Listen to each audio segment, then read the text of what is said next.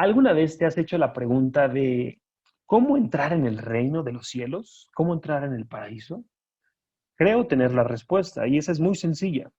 Solo necesitas ser pobre. Sí, así como lo escuchaste. Necesitas ser pobre, pero espiritual. El día de hoy te voy a explicar ampliamente este concepto. Quédate hasta el final porque esto te va a gustar. Mi nombre es Ernesto Mayoral y esto es cristianos.com. Sean bienvenidos.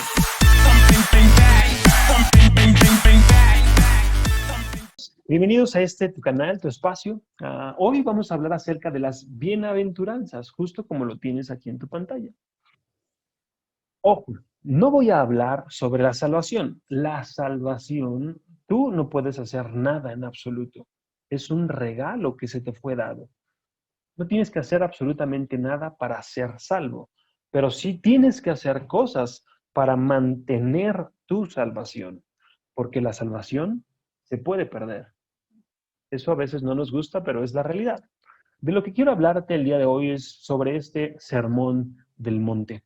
Este sermón en donde Jesús predicaba de una forma espectacular. Es un sermón en donde podemos encontrar grandes tesoros. Pero el tesoro más evidente en estos capítulos, en estos versículos, es el de entrar en el reino de los cielos. Jesús nos da una guía, un paso a paso de cómo poder entrar en el reino de los cielos. Así es que acompáñame en esta aventura, acompáñame a escribir, a profundizar en estos pasajes. La Biblia nos dice, cuando vio a las multitudes, subió a la ladera de una montaña y se sentó. Sus discípulos se le acercaron y tomando él la palabra, comenzó a enseñarles diciendo lo siguiente: dichosos los pobres en espíritu, porque el reino de los cielos les pertenece. A simple vista es un versículo sencillo, práctico, en donde podemos identificar que Dios habla sobre una pobreza y habla que estos pues heredarán el reino de los cielos. Pero para poder profundizar ampliamente en este versículo, debemos de entender el contexto cultural, histórico y el momento y las personas a las cuales se dirigía Jesús.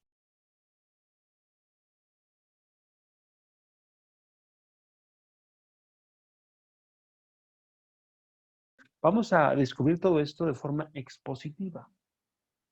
Dice la Biblia que Jesús veía a las multitudes. Veía a una multitud de gente.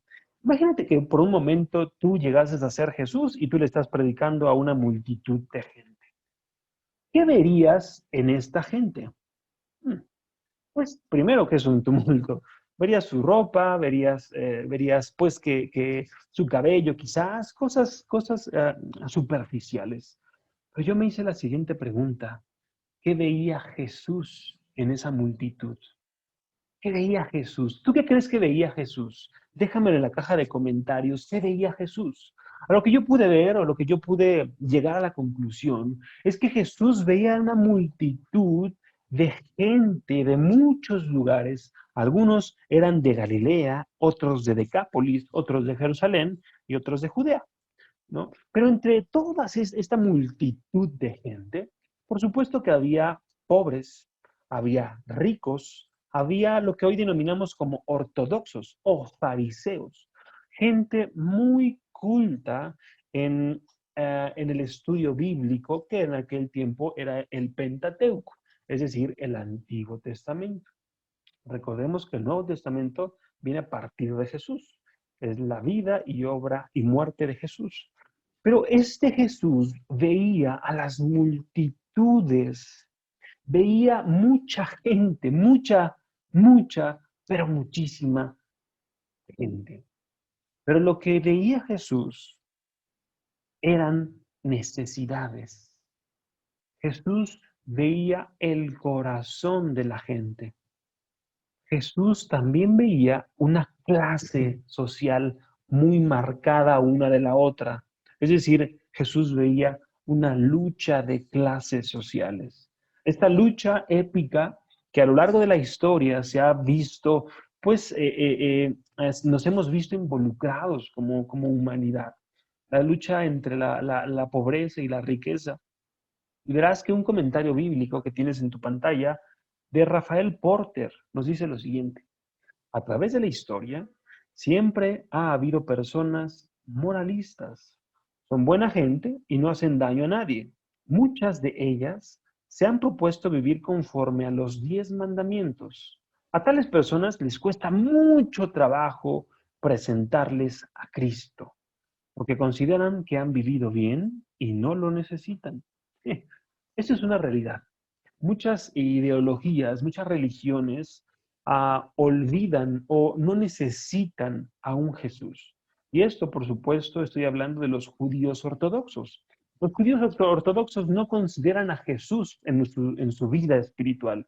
Ellos consideran los 10 mandamientos, aquella ley pasada, aquella ley que era del Antiguo Testamento.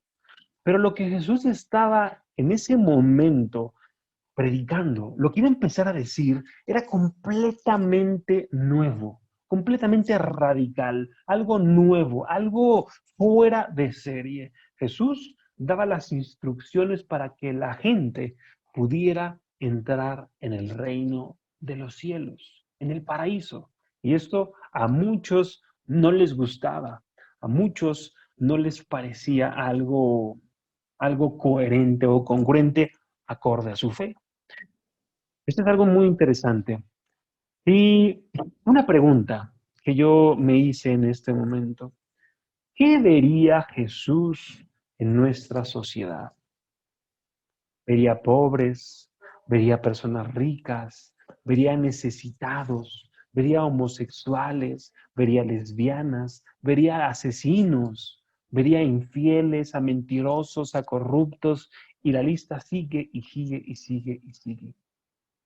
Lo que Jesús veía era una gran necesidad en el corazón de la gente. Y ese es Jesús. Jesús no ve la apariencia. Jesús no ve si eres alto, chaparro, güero, moreno, feo, guapo, guapa. Él no ve nada de eso. Él ve las necesidades de su pueblo. Es por eso que las siguientes palabras, las siguientes estrofas que él compone y su discurso completo está en función de aliviar las necesidades de la gente a la cual pues ministraba, la gente a la cual seguía a Jesús. Desde ese momento hasta nuestra fecha, Jesús sigue viendo nuestros corazones. Por eso, mi amigo, mi hermana, hermano, hermana, que yo te quiero hacer ver que Jesús ve tu necesidad, ve tu dolencia, ve cada parte de tu ser. Muy importante que conozcas profunda y exhaustivamente a Cristo, porque Él te conoce. Pero la pregunta es, ¿tú lo conoces? ¿Tú lo observas? Él te ve profundamente. Ante Él no hay ninguna protección, no hay ninguna máscara. Él lo sabe todo. Él comprende nuestra necesidad. Más adelante, cuando vio a las multitudes, fíjate cómo Jesús tenía en mente la necesidad de su pueblo. Este pueblo que pues era muy diverso, era muy amplia su audiencia, ¿no? Pero una vez que estamos con los ojos de Jesús, podemos avanzar en las Escrituras y poder profundizar y escudriñar y desmenuzar los tesoros más profundos de la Biblia. Dice una vez que subió que estaba viendo, dice que subió a la ladera de una montaña y se sentó. Una pregunta que me hice al estudiar todo esto: ¿por qué en una montaña? ¿Por qué no en un llano? ¿Por qué no en una casa? ¿Por qué no en otro lado? Y en una montaña. ¿Por qué tiene que ser casi siempre en una montaña que Dios y Jesús están predicando? Bueno, para eso necesitamos entender para quién fue escrito el libro de Mateo. Mateo fue escrito para los judíos, para hombres que, recuerda, seguían el Antiguo Testamento. Y Dios quería hablarle a los corazones de estos hombres. Esos hombres que pues tenían en su mente los 10 mandamientos, tenían a Moisés en su mente, tenían a todos los profetas en su mente, clavados en su corazón. Por eso que es muy curioso cómo Jesús predica en un monte. ¿Recuerdas el monte Oreb? Aquel monte en donde Moisés recibió las tablillas de los 10 mandamientos. Éxodo 20, versículo 2 nos dice: Yo soy el Señor tu Dios. Yo te saqué de Egipto, del país donde eras esclavo.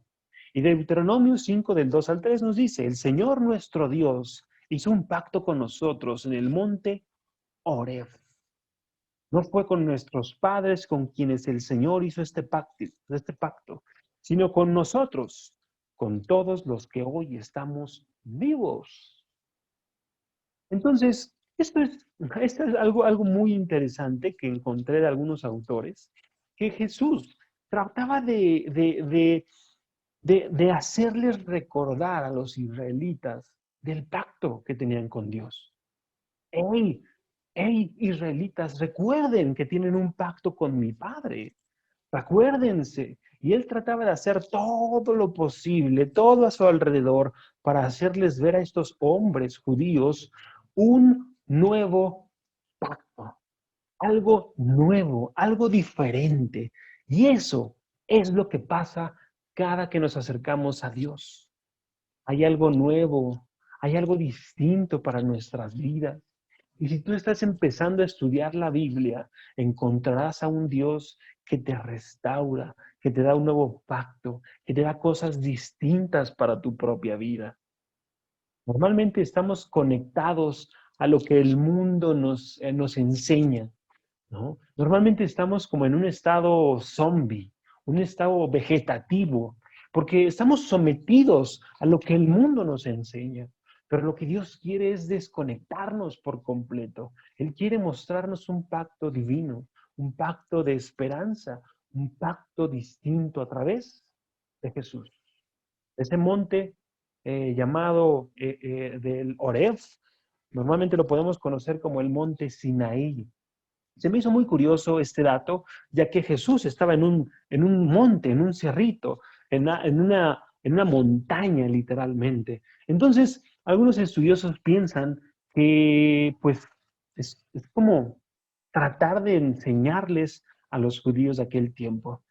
Fíjate, apenas llevamos dos partes de un versículo y es muy profundo el cómo podemos conocer y cómo podemos ver cómo Dios nos habla al corazón.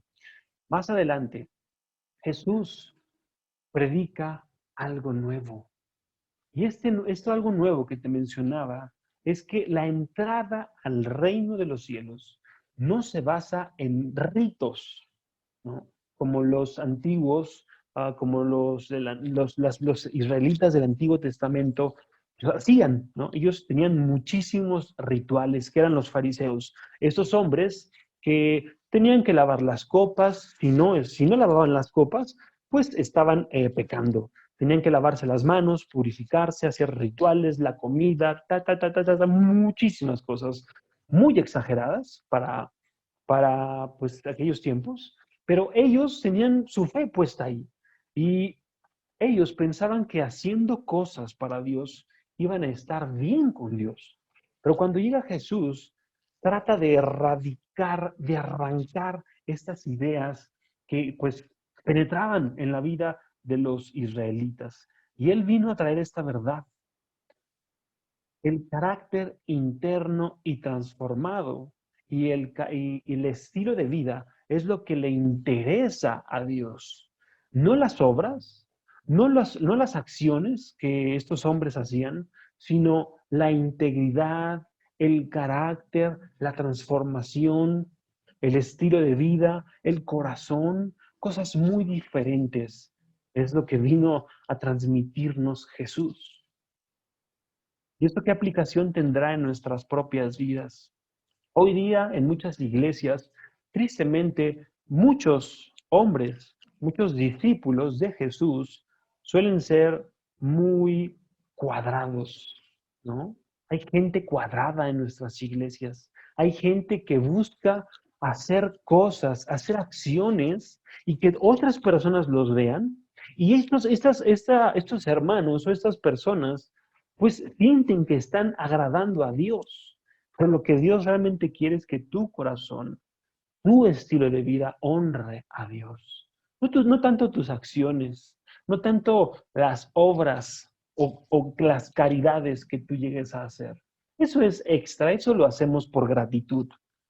Y lo que Dios quiere es que nuestro corazón sea transformado. Fíjate qué enseñanza tan profunda. Y entrando más adelante, dice que sus discípulos se le acercaron y tomando él la palabra, comenzó a enseñarles. Jesús era un maestro, ¿no? Era un maestro. Jesús era un maestro, por donde quiera que le veas. Sus palabras eran palabras de vida eterna. Sus palabras, todo mundo las escuchaba. Y aún en la actualidad seguimos escuchando a Jesús. Lo que él dijo es algo transformador, es algo muy adelantado a su época. Incluso el día de hoy nos cuesta mucho trabajo entenderlo. Pues dice, dichosos los pobres en espíritu, porque el reino de los cielos les pertenece. Y eso es por lo que tú viniste el día de hoy. ¿Cómo entrar? ¿Qué tengo que hacer para entrar al reino de los cielos? A aquel lugar. Recordemos a qué multitud le estaba hablando. Entre ellos existían pobres, entre ellos existían ricos.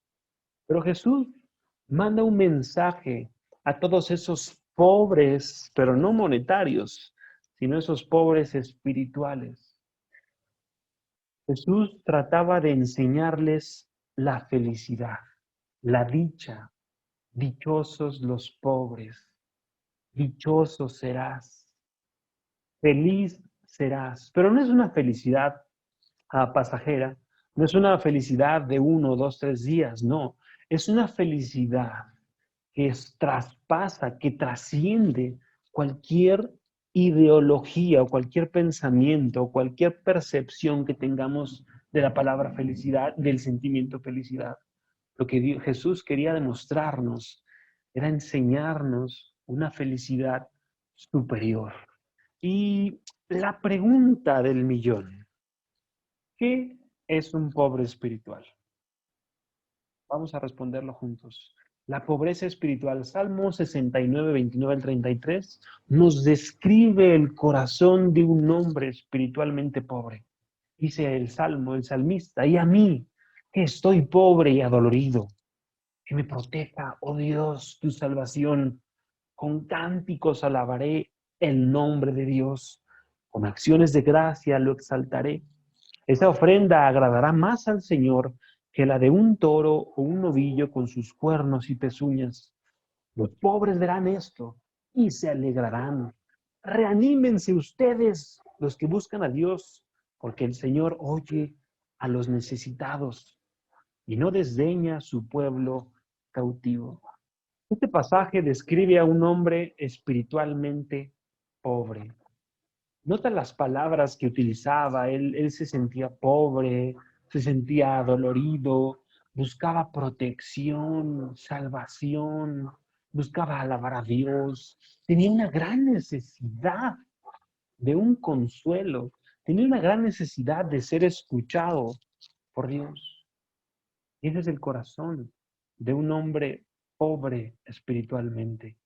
No hay cosa más gráfica, no hay cosa más sencilla que entender que un corazón espiritualmente pobre es aquel corazón que busca constantemente la presencia de Dios.